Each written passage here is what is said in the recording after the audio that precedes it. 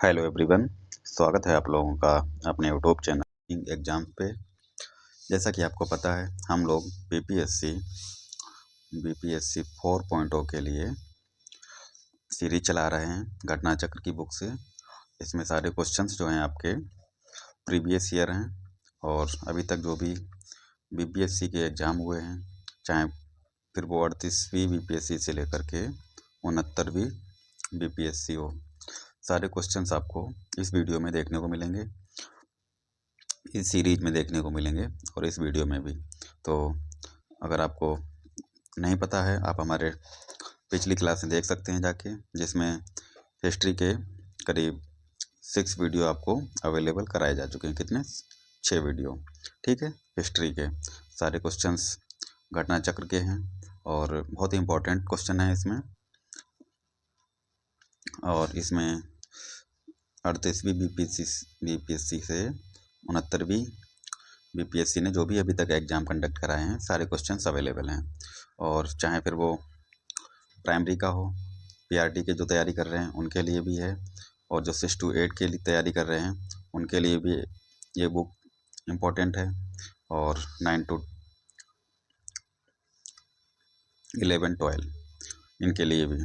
तो कहने का मतलब ये है, जो भी बीपीएससी की तैयारी कर रहे हैं 4.0 के लिए, 1 से लेकर के 12 तक, सभी के लिए इस बुक के जो क्वेश्चंस हैं इनफ हैं। तो जैसा कि आप देख सकते हैं बहुत सारे एग्ज़ाम्स के क्वेश्चन इसमें शामिल किए गए हैं। सीडीपीओ हो गया, बीपीएससी हो गया, बीएओ हो गया। ठीक है, अलग अलग ईयर जो भी हैं वो भी। तो अभी तक हिस्ट्री के 6 क्लासें आपको अवेलेबल कराई जा चुकी हैं, और आज की जो क्लास हमारी होगी जियोग्राफी की होगी, जियोग्राफी की। ठीक है, जियोग्राफी की, क्योंकि जियोग्राफी से भी 18 से 24 क्वेश्चन या 25 क्वेश्चन आपको देखने को मिल जाते हैं पीआरटी में। तो ये पोर्शन डिले हो रहा था, काफ़ी लोगों की डिमांड भी थी कि जियोग्राफी के क्वेश्चन सर लेकर आइए। तो बीच बीच में जियोग्राफी भी आपको देखने को मिलेगी और हिस्ट्री भी। ठीक है, हिस्ट्री में मॉडर्न हिस्ट्री स्टार्ट हो चुकी है, और पढ़ने का तरीका जो आपका होना चाहिए, पहले आप इस वीडियो को देखें। ठीक है, उसके बाद में आप हमारे टेलीग्राम पे जाइए, वहाँ से इसकी पीडीएफ डाउनलोड करिए, पीडीएफ। ठीक है, फिर पीडीएफ को रिवाइज कीजिए, आपको पूरी तरह से कंठस्थ हो जाएगा। और टेलीग्राम का लिंक जो है वीडियो के डिस्क्रिप्शन में डाल दिया जाएगा, आप उससे डाउनलोड करके पढ़ सकते हैं।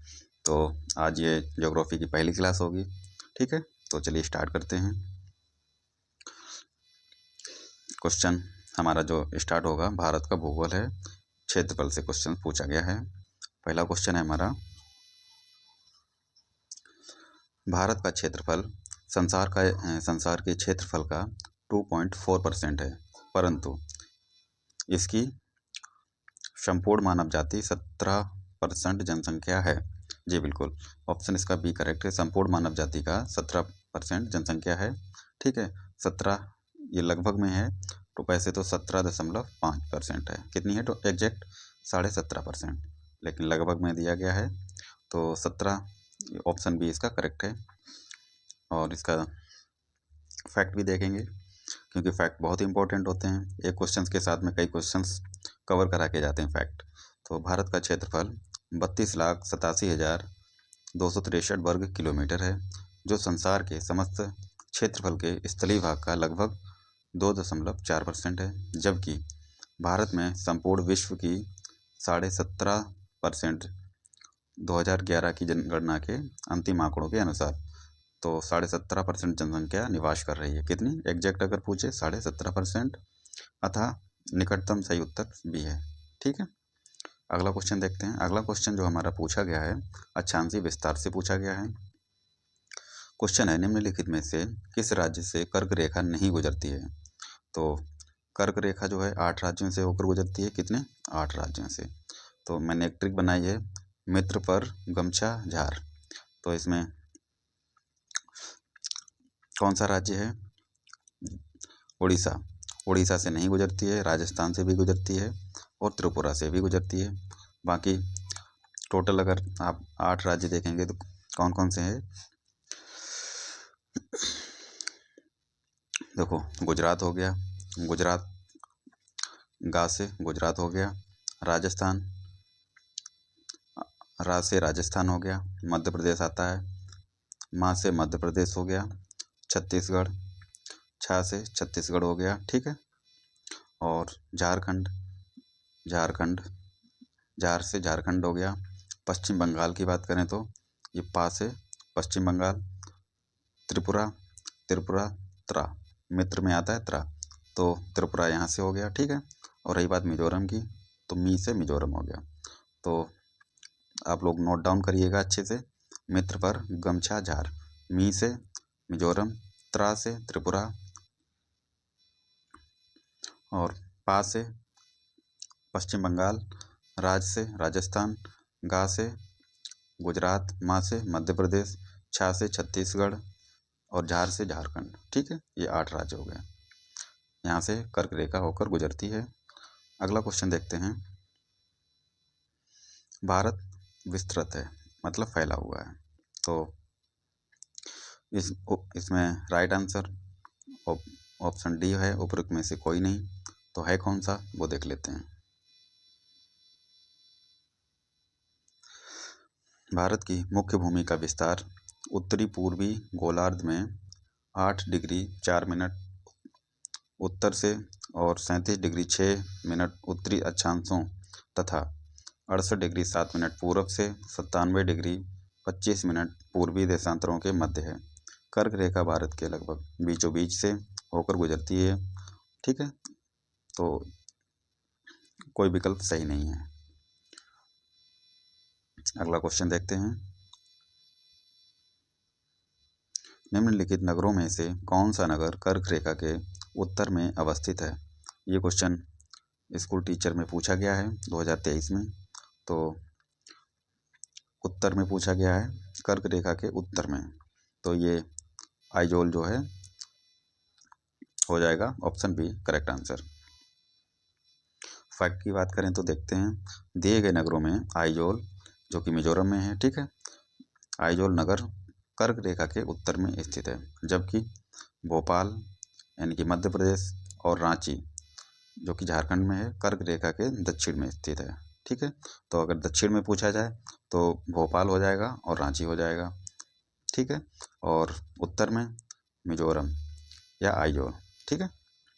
अगला क्वेश्चन देखते हैं। मानक समय से पूछा गया, भारतीय मानक समय IST एवं ग्रीनविच माध्य समय यानी कि GMT में अंतर पाया जाता है।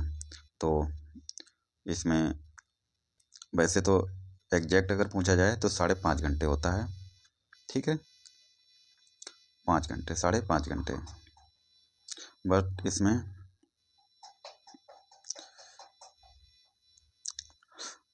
एग्जैक्ट नहीं दे रखा है, तो ऑप्शन बी के साथ जाया जाएगा, +5 घंटे, 5.5 घंटे होता है एग्जैक्ट, ठीक है। तो IST और GMT के बीच कितना अंतर होता है? 5.5 घंटे, लेकिन 5.5 घंटे नहीं दिया गया है। नियर अबाउट में अगर आंसर पूछा जाएगा तो ऑप्शन बी करेक्ट हो जाएगा। फैक्ट में देखते हैं, भारतीय मानक समय IST एवं ग्रीनविच माध्य समय GMT में +5 घंटे का अंतर पाया जाता है, ठीक है। अगला क्वेश्चन देखते हैं। किस पठार पर कर्क रेखा तथा भारतीय मानक समय रेखा एक दूसरे को काटती है? किस पठार पर? तो ये बघेलखंड पठार पर, ऑप्शन सी इसका राइट आंसर हो जाएगा। फैक्ट की बात करें तो बघेलखंड पठार यानी कि छत्तीसगढ़ में है, पर कर्क रेखा और भारतीय मानक समय रेखा एक दूसरे को काटती है। कहाँ पे काटती है? छत्तीसगढ़ में, बघेलखंड पठार पे, ठीक है। यह दोनों रेखाएं छत्तीसगढ़ के सूरजपुर क्रॉसिंग पॉइंट पर एक दूसरे को काटती है। भारतीय मानक देशांतर रेखा उत्तर प्रदेश, मध्य प्रदेश, छत्तीसगढ़, उड़ीसा तथा आंध्र प्रदेश से होकर गुजरती है। कितने राज्यों से? उत्तर प्रदेश, मध्य प्रदेश, छत्तीसगढ़, उड़ीसा और आंध्र प्रदेश। यानी कि 5 राज्यों से, 1 2 3 4 5 राज्यों से, ठीक है। कर्क रेखा भारत के 8 राज्यों से होकर गुजरती है, पहले देख चुके हैं हम लोग।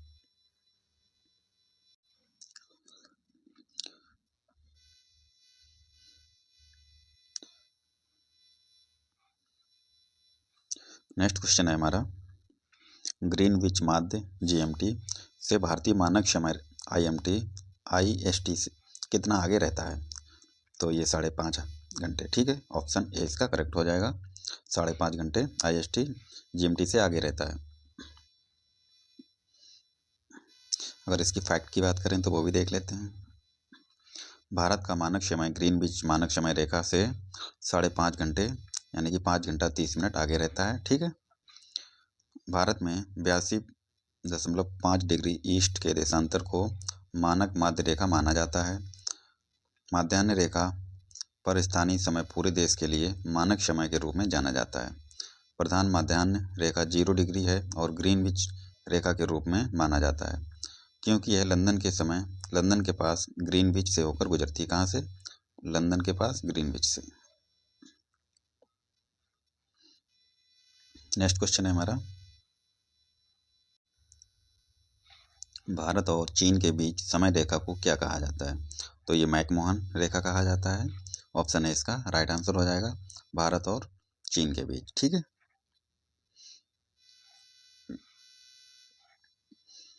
भारत और चीन के उत्तरी पूर्व सीमा का सीमांकन मैकमोहन रेखा करती है। इस रेखा का निर्धारण जो है 1914 में किया गया था। किसके द्वारा? सर हेनरी मैकमोहन के द्वारा, ठीक है, 1914 में।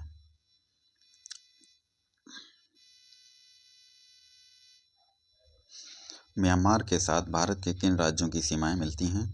तो ये ऑप्शन बी इसका राइट आंसर है, अरुणाचल प्रदेश, नागालैंड, मणिपुर और मिजोरम, ठीक है। अगर फैक्ट की बात करें तो Arunachal Pradesh 520 kilometre, Nagaland 215 kilometre, Manipur 398 kilometre, Mizoram 510 kilometre. ऐसे राज्य हैं जिनकी सीमाएं म्यांमार को स्पर्श करती हैं, ठीक है। नेक्स्ट क्वेश्चन देखते हैं,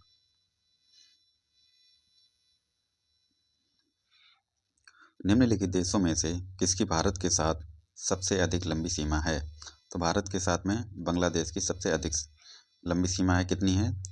4096 किलोमीटर।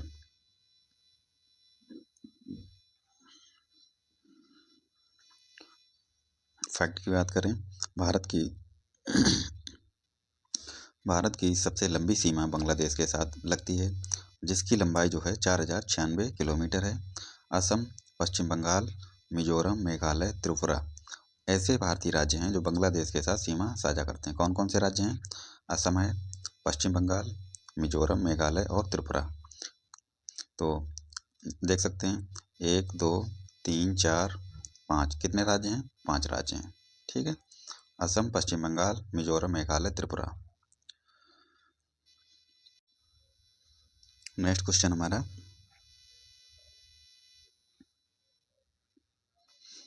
ग्रेटर हिमालय अपनी अपनी निरंतरता के लिए जाना जाता है। दूसरा ऑप्शन दिया गया है, निम्न हिमालय अपनी व्यापकता और अनुप्रस्थ वादियों के लिए जाना जाता है। शिवालिक बाह्य हिमालय है जो उत्पत्ति में सबसे नवीनतम है।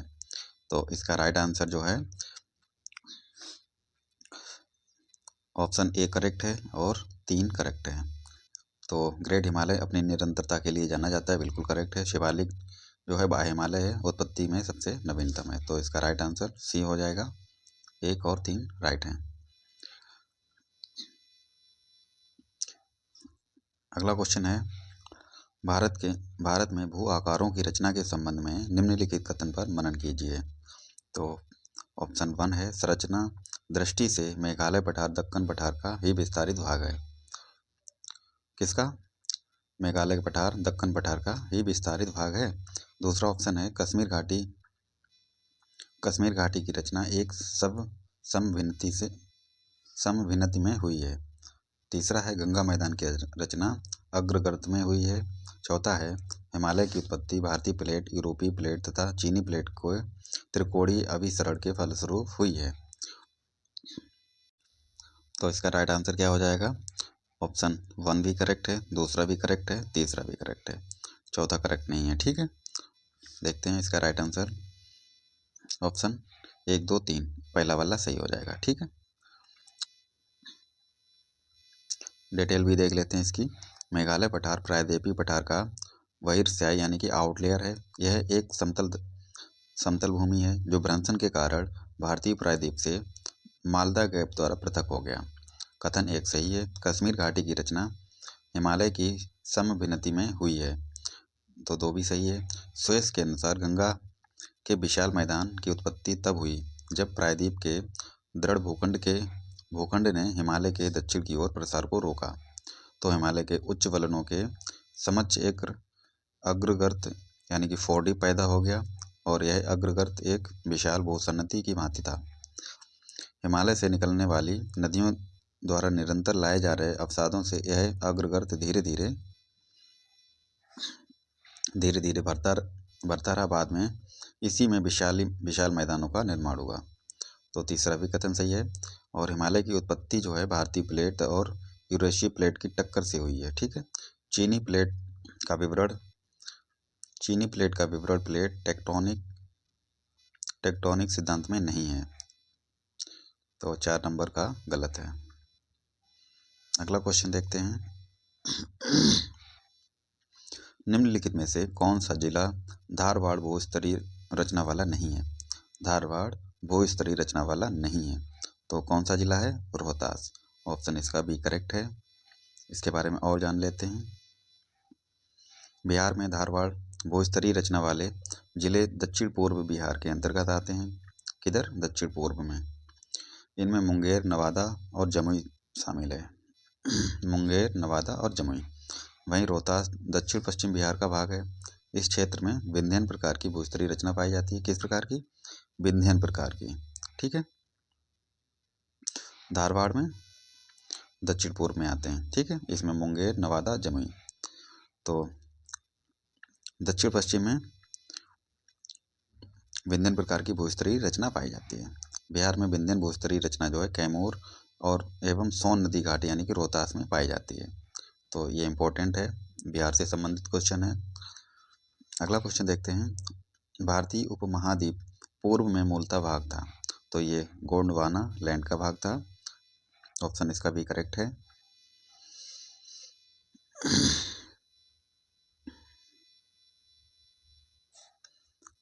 इसके बारे में और जान लेते हैं। महाद्वीप विस्थापन सिद्धांत और प्लेट टेक्टोनिक सिद्धांत के अनुसार भारतीय उपमहाद्वीप एक विशाल भूभाग का हिस्सा था जिसे गोंडवाना महाद्वीप कहते हैं। यह विशाल महाद्वीपीय क्रिटेशियस काल के दौरान भारत, दक्षिण अमेरिका, भारत, अफ्रीका, ऑस्ट्रेलिया और अंटार्कटिका में विभाजित हो गया। किसमें? भारत, दक्षिण अमेरिका, अफ्रीका, ऑस्ट्रेलिया और अंटार्कटिका में। ठीक है, अगला क्वेश्चन है। भौगोलिक क्षेत्रफल के अनुसार भारत की निम्नलिखित भौतिक यानी कि फिजियोग्राफी इकाइयों को आरोही क्रम में व्यवस्थित कीजिए। तो अगर भौगोलिक क्षेत्रफल के अनुसार की बात करें तो आरोही क्रम में क्या हो जाएगा? तटीय मैदान पहले आएगा, फिर उसके बाद केंद्रीय उच्च भाग आएगा, फिर उसके बाद महान मैदान, फिर उत्तरी पर्वत आएंगे। तो इसका राइट आंसर ऑप्शन ए हो जाएगा, 3 1 2 4। भौगोलिक क्षेत्रफल के अनुसार भारत की भौतिक इकाइयों का आरोही क्रम जो है तटीय मैदान, केंद्रीय उच्च भाग, महान मैदान और उत्तरी पर्वत। तो इसका राइट आंसर ऑप्शन ए हो जाएगा। अगला क्वेश्चन देखते हैं। निम्नलिखित श्रेणियों को उत्तर से दक्षिण की ओर क्रम में व्यवस्थित कीजिए। तो ये हमारा ईस्ट होता है, ये वेस्ट, ये नॉर्थ और ये साउथ। तो नॉर्थ से पूछा गया है साउथ की तरफ। तो सबसे नॉर्थ में क्या पड़ेगा? काराकोरम पड़ेगा, फिर उसके बाद लद्दाख पड़ेगा, फिर उसके बाद क्या पड़ेगा? जांस्कर पड़ेगा, फिर पीर पंजाल। तो इसका करेक्ट आंसर क्या हो जाएगा?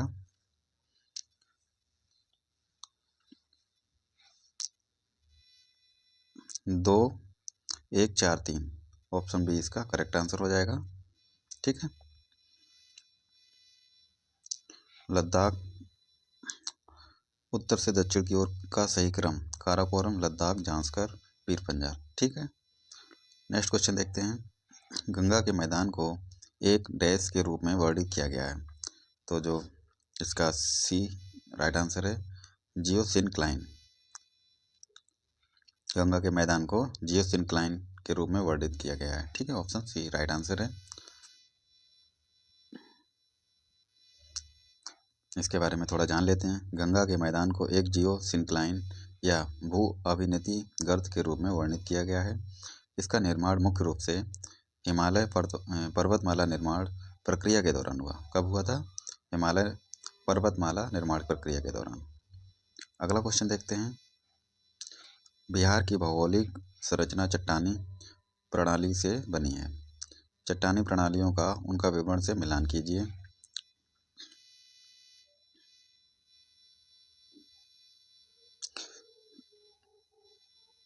तो देखो, धारवाड़ चट्टानी प्रणाली सबसे पुराने आर्कियन रॉक सिस्टम का हिस्सा है। ठीक है। विंध्यन चट्टान प्रणाली जो है बलुआ पत्थर, चूना पत्थर, डोलोमाइट, क्वार्टजाइट और सेल इस चट्टान प्रणाली के मुख्य घटक हैं। क्या क्या? बलुआ पत्थर, चूना पत्थर, डोलोमाइट, क्वार्टजाइट और सेल। उसके बाद क्वार्टरनरी चट्टान प्रणाली हिमालयी और प्रायद्वीपीय नदियों द्वारा मिट्टी आदि के तीव्र जमाव से निर्मित। ठीक है। उसके बाद आती है तृतीयक चट्टान प्रणाली, पश्चिम चंपारण जिले में पाई जा सकती हैं। तो अगला क्वेश्चन देखते हैं। उत्तर का पर्वतीय प्रदेश हिमालय का पर्वतपदीय प्रदेश है। तो ये शिवालिक। ऑप्शन बी इसका करेक्ट आंसर हो जाएगा।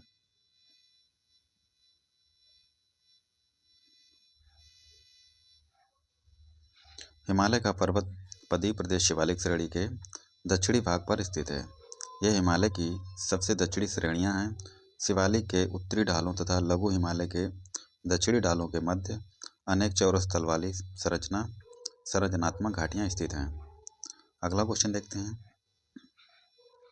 हिमालय पर्वत की निम्नलिखित चोटियों में से कौन सी भारत में नहीं है? तो ये धौलगिरी जो है भारत में नहीं है।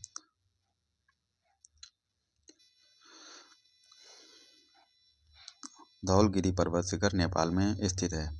नंगा पर्वत जांस्कर श्रेणी में एक भारत के पाकिस्तान अधिकृत क्षेत्र में स्थित है, जबकि कामेश शिखर उत्तराखंड के गढ़वाल क्षेत्र में। तो नंगा पर्वत कहाँ पे है? जांस्कर श्रेणी में भारत के पाकिस्तान अधिकृत क्षेत्र में, यानी कि पीओके में है। ठीक है। कामेत उत्तराखंड में। नेक्स्ट क्वेश्चन है हमारा, भारत की सबसे ऊंची पर्वत श्रेणी है। तो राइट आंसर हो जाएगा कंचनजंगा। इसकी लंबाई कितनी है? ऊंचाई 85-86 मीटर। और ये भारत में है। नेपाल और भारत के बॉर्डर पर। अगर इसके अलावा बात करें K2, इसकी ऊंचाई कितनी है? 8611। लेकिन ये पीओके में स्थित है, पाक अधिकृत कश्मीर में। तो अगर भारत की पूछी जाए तो कंचनजंगा हो जाएगी। ठीक है। अगर पाक अधिकृत कश्मीर में पूछी जाए भारत की तो K2 हो जाएगी। कंचनजंगा भारत यानी कि सिक्किम व नेपाल के बीच स्थित है। यह 8586 मीटर की ऊंचाई के साथ विश्व की तीसरी सबसे ऊंची चोटी है। कितनी?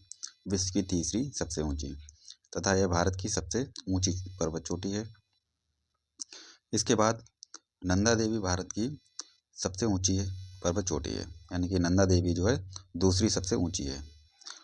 कंचनजंगा को बर्फ के 5 खजाने के रूप में भी जाना जाता है। ध्यान दीजिएगा, बर्फ के 5 खजाने के रूप में किसको जाना जाता है? कंचनजंगा को। अगला क्वेश्चन है हमारा, निम्नलिखित में से कौन सा हिमालय पर्वत का सबसे लंबा हिमनद है? तो ये बतुरा। ऑप्शन बी इसका राइट आंसर हो जाएगा। दिए गए विकल्पों में बतुरा हिमनद 57 किलोमीटर हिमालय का सबसे लंबा हिमनद है। कितने किलोमीटर का? 57। यह काराकोरम रेंज में पाक अधिकृत गिलगित बल्टिस्तान में स्थित है। आयोग की उत्तर कुंजी में हेस्पर को सही माना गया, परंतु हेस्पर की लंबाई 49 किलोमीटर है और बतुरा की कितनी है 57 किलोमीटर, लेकिन आयोग ने क्या माना है, हेस्पर माना है। तो आप लोग खुद ही समझिएगा क्या लगाना है ऑप्शन में। आयोग ने आंसर माना है ऑप्शन सी हेस्पर। शिवालिक श्रेणी का निर्माण हुआ, तो ये सेनोजोइक में हुआ, ऑप्शन डी इसका करेक्ट आंसर है। शिवालिक या वायु हिमालय का निर्माण सेनोजोइक महाकल्प के नियोसिन कल्प के प्लायोसिन युग यानी कि 2.58 से 5.33 मिलियन वर्ष पूर्व हुआ था। वृहद हिमालय अर्थात हिमाद्री के पूर्वी छोर पर है, तो नामचा बारवा। पूर्वी छोर पे क्या है, नामचा बारवा।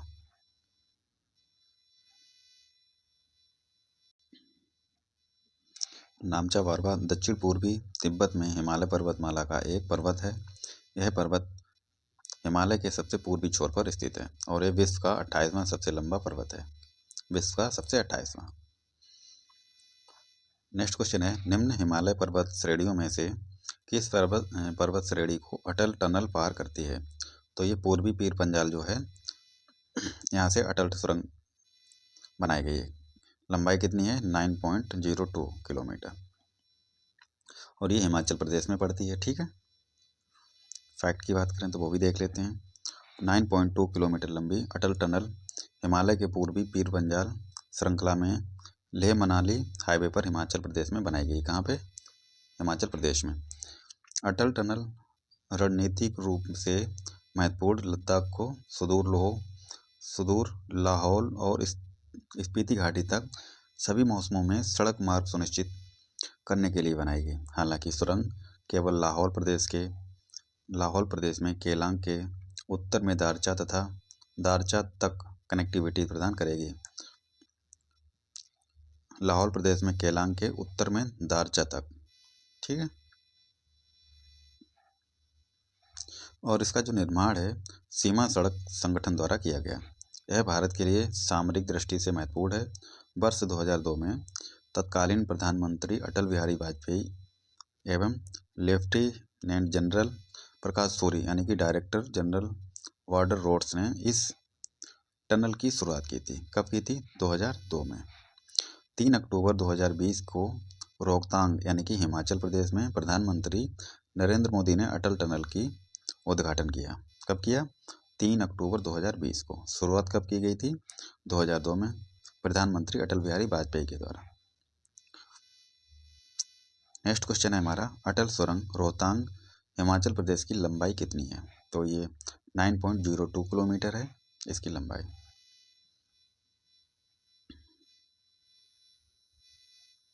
अगला क्वेश्चन है हमारा,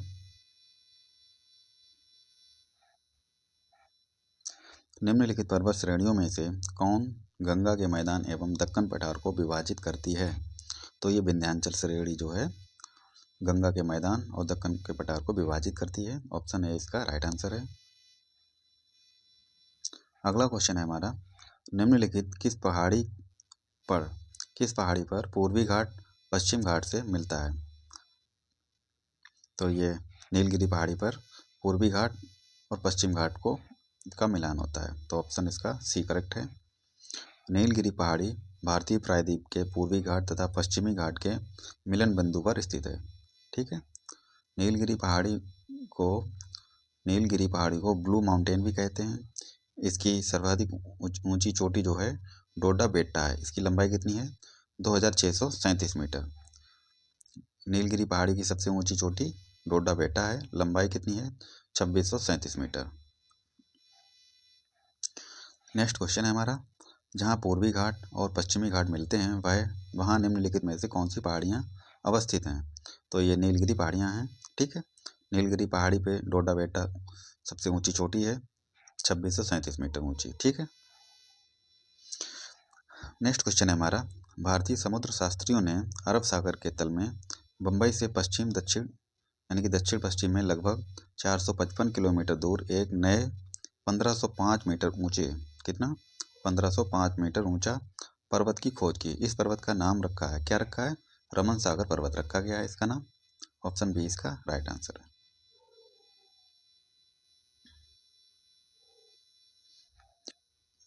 और फैक्ट भी देख लेते हैं। भारतीय समुद्र शास्त्रियों ने 3 समुद्र पर्वत श्रेणियों की खोज करी। कितनी? 3, जिनमें मध्य हिंद महासागर बेसिन में, दूसरा जो है पूर्वी अरब सागर, पूर्वी अरब सागर में सागर कन्या तथा तीसरा मुंबई से 455 किलोमीटर दक्षिण पश्चिम में खोजा गया। इस पर्वत का नामकरण महान वैज्ञानिक सीवी रमन के नाम पर रखा गया, रमन सागर। अन्य 2 नाम पन्नीकर एवं वाडिया, क्या है? पन्नीकर और वाडिया रखा गया। अगला क्वेश्चन है, महाराष्ट्र एवं कर्नाटक में पश्चिमी घाट ... कहलाते हैं। तो ये सह्याद्री कहलाते हैं। महाराष्ट्र एवं कर्नाटक में पश्चिमी घाट जो हैं सह्याद्री कहलाते हैं। पश्चिमी घाट को महाराष्ट्र, गोवा, कर्नाटक में सह्याद्री के नाम से जाना जाता है। ठीक है, महाराष्ट्र में, गोवा में और कर्नाटक में सह्याद्री के नाम से जाना जाता है पश्चिमी घाट को। अगला क्वेश्चन देखते हैं, कन्याकुमारी से सटी पहाड़ियाँ हैं। तो ये करडामम की पहाड़ियाँ जो हैं कन्याकुमारी से सटी हुई हैं। ऑप्शन सी करेक्ट हो जाएगा। अगला क्वेश्चन है, निम्नलिखित में से किस पहाड़ी पर चाय बागान नहीं है? तो ये गिरनार की पहाड़ी पर चाय बागान नहीं है, बाकी कानन देवन में भी है, दार्जिलिंग में भी है और नीलगिरी की पहाड़ी पर भी है। तो इसका ऑप्शन डी करेक्ट आंसर है। अगला क्वेश्चन,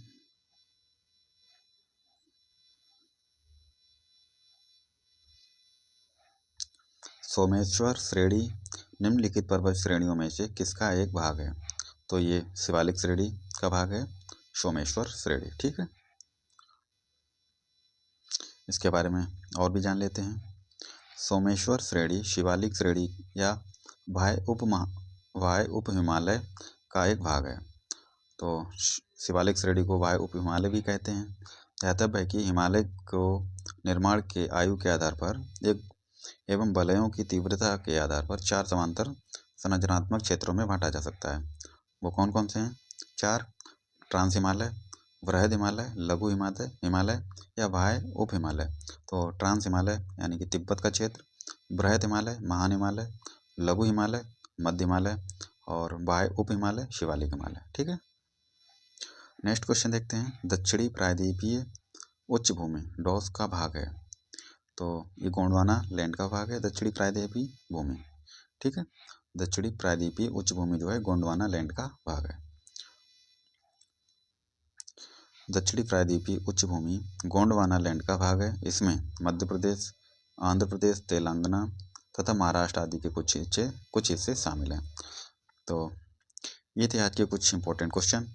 आशा करते हैं आप लोगों को क्वेश्चन पसंद आए होंगे और पढ़ते रहिए, मुस्कुराते रहिए। मिलते हैं अगली नई वीडियो पे। और इस वीडियो की जो PDF है आप हमारे टेलीग्राम पे ले सकते हैं, टेलीग्राम पे। ठीक है, टेलीग्राम पे वीडियो की PDF मिल जाएगी आपको, उसको रिवाइज कीजिए, अच्छे से पढ़िए और मिलते हैं नेक्स्ट वीडियो के साथ। तब तक के लिए जय हिंद, वंदे मातरम, धन्यवाद।